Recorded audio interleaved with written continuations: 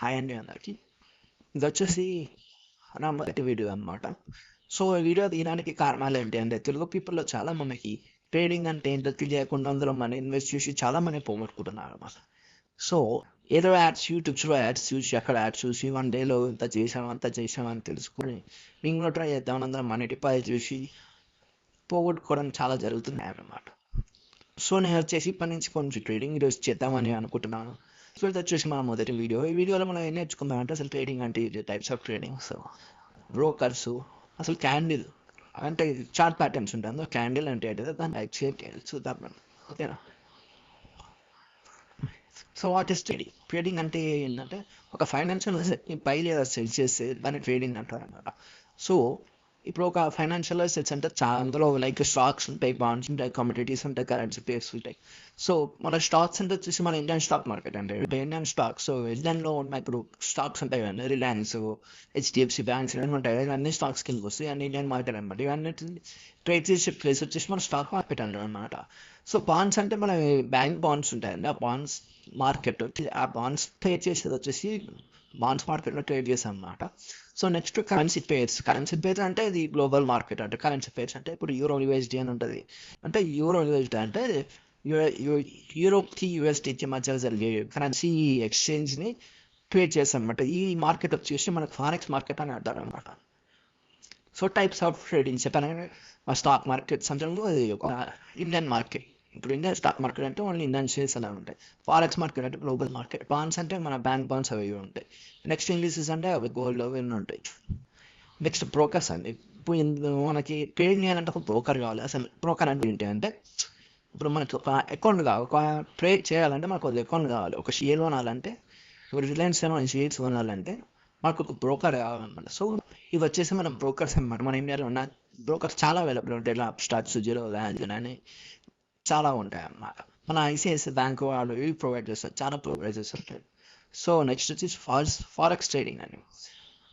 Forex trading ఏంటంటే మీకు చెప్పాను కానీ మనం దీన్ని నార్మల్గా మీకు వాళ్ళకి నేర్పించేది ఫారెక్స్ ఏం లేదా నేర్పిద్దాం అనుకుంటున్నానండి. అంటే ఫారెక్స్ ట్రేడింగ్ అంటే ఇప్పుడు ఏంటిదంటే ఇదంటే గ్లోబల్ మార్కెట్ అండి. సో ఇక్కడ కంట్రీస్ ఒక కరెన్సీస్ పే చేస్తారు. అంటే ఇది పెద్ద అన్నిటికంటే పెద్ద మార్కెట్ ఏంటంటే ఫారెక్స్ మార్కెట్ అనమాట.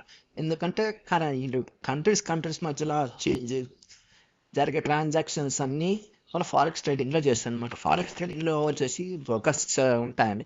ఇవి మన ఇండియాలో లీగల్ కాదు, అలా అని లీగల్ కాదండి. సో ప్రెసెంట్ అయితే నడుస్తున్నాయి విత్డ్రాల్స్ ప్రాఫిట్స్ అన్నీ బాగానే ఉన్నాయి.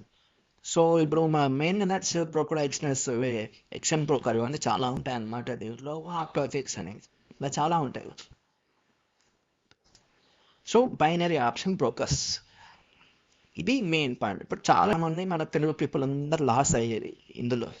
ఎందుకు లాస్ అవుతున్నారు అంటే వాళ్ళకి ఎలాంటి నాలెడ్జ్ లేకుండా ఏదో వీడియోస్ చూసి అప్ డౌన్ కొడితే మనీ వస్తాయని ఎంతో అంత డిపాజిట్ చేసి అది తీరా 2-3 ట్రేడ్ చేసేలోపు మన అకౌంట్ పైన జీరో అయిపోతుంది. ఫస్ట్ టైం ఫ్రీ అకౌంట్ అని ఫ్రీగా మీకు మనీ ఇస్తారు, అది ఇస్తారని చెప్తారు. కానీ అది డెమో అకౌంట్ కాబట్టి మనం భయం లేకుండా ట్రేడ్ చేస్తాం. భయం లేకుండా ట్రేడ్ చేసేసరికి మనకు ప్రాఫిట్స్ ఈజీగా వస్తాయి. అదే ఒకసారి మన రియల్ అమౌంట్ డిపాజిట్ చేసిన తర్వాత మనకు ప్రాఫిట్స్ అనేది వస్తాయి రావు. వచ్చిన ఒక రోజు వస్తాయి, 2 రోజులు వస్తాయి. అదేదో మీ లక్ అండి. ఆ లక్ ఎన్ని రోజులు ఉండదు. ఏం నాలెడ్జ్ లేకుండా మీరు ట్రేడ్ చేస్తే ఏమీ రాదు. ఏదో ఒక రోజు మీకు పెద్ద లాస్ వస్తారు, ఏం తెలియకుండా ట్రేడ్ చేస్తున్నారు కాబట్టి. సో నేను వీడియోస్ అన్నీ ఈ బైనరీ ఆప్షన్ చేద్దాం అనుకుంటున్నాను అండి. సో ఇందులో బ్రోకర్స్ వచ్చేసి మన క్యూటెక్స్ అని ఉంటుంది, Binomo IQ option, pocket option అని ఉంటుంది, ఒలింపిక్ ట్రేడ్ అని ఉంటాయి మన ఎక్స్పెక్ట్ ఆప్షన్స్. సో ఇవన్నీ వచ్చేసి మన బ్రోకర్స్ అన్నమాట. ఇవన్నీ దీంట్లో యూపీఐ డిపాజిట్స్ ఉంటాయి, మన ఐఎన్ఆర్ విత్డ్రాల్స్ అన్నీ ఉంటాయి, అవన్నీ పర్ఫెక్ట్గా నడుస్తున్నాయి.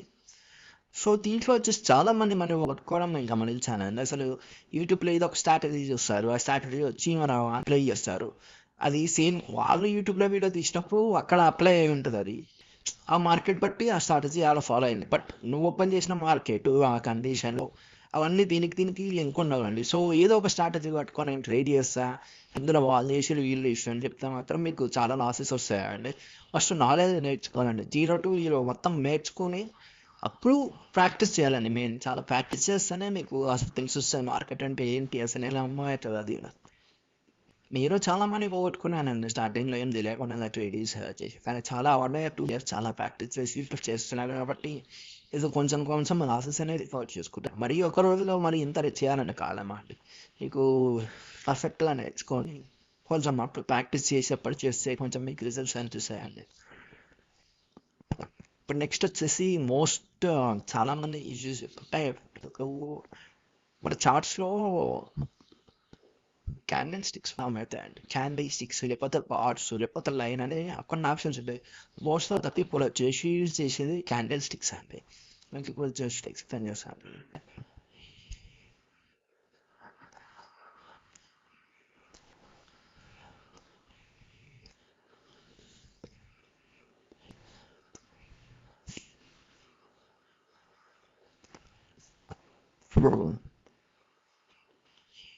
ఇది వచ్చేసి గ్రీన్ క్యాండిల్ అండి. వచ్చేసి red candle. So green candle ఎప్పుడు ఫామ్ అవుతుంది అంటే ఒకవేళ బయర్స్ వస్తే గ్రీన్ క్యాండిల్ అన్నమాట, సెల్లర్స్ వస్తే రెడ్ క్యాండిల్ అన్నమాట.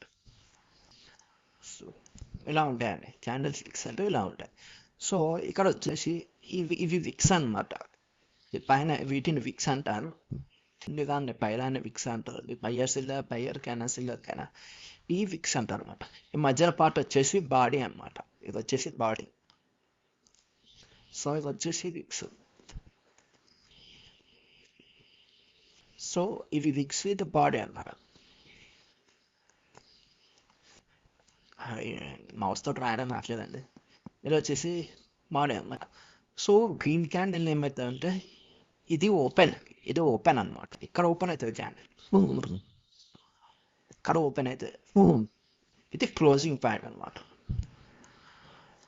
సో ఇది వచ్చేసేమో హైయెస్ట్, ఇది వచ్చేసేమో లోయెస్ట్. అంటే క్యాండిల్ యొక్క హైయెస్ట్ ఇది ఈ పాయింట్, క్యాండిల్ యొక్క లోయెస్ట్ వచ్చేసి ఈ పాయింట్ అనమాట.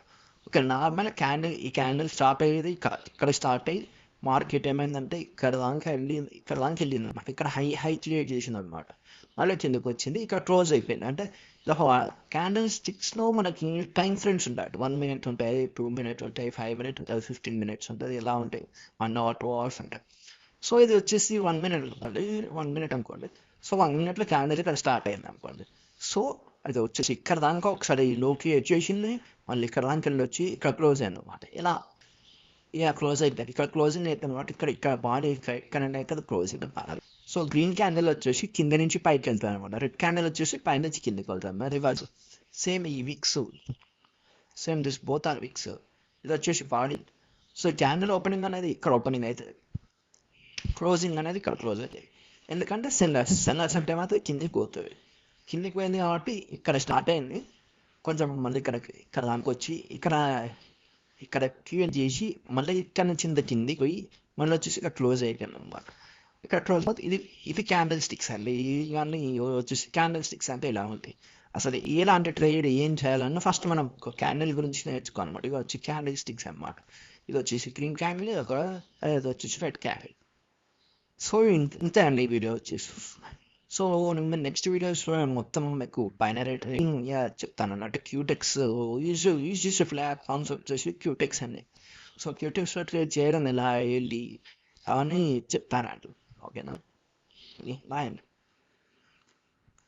సో సబ్స్క్రైబ్ చేయడం మర్చిపోకండి. కొంచెం కొత్తగా వచ్చాను, కొంచెం సబ్స్క్రైబర్స్ కావాలి, వాటికి సబ్స్క్రైబ్ చేసుకొని మంచి కంటెంట్ అనేది చేసేస్తాను.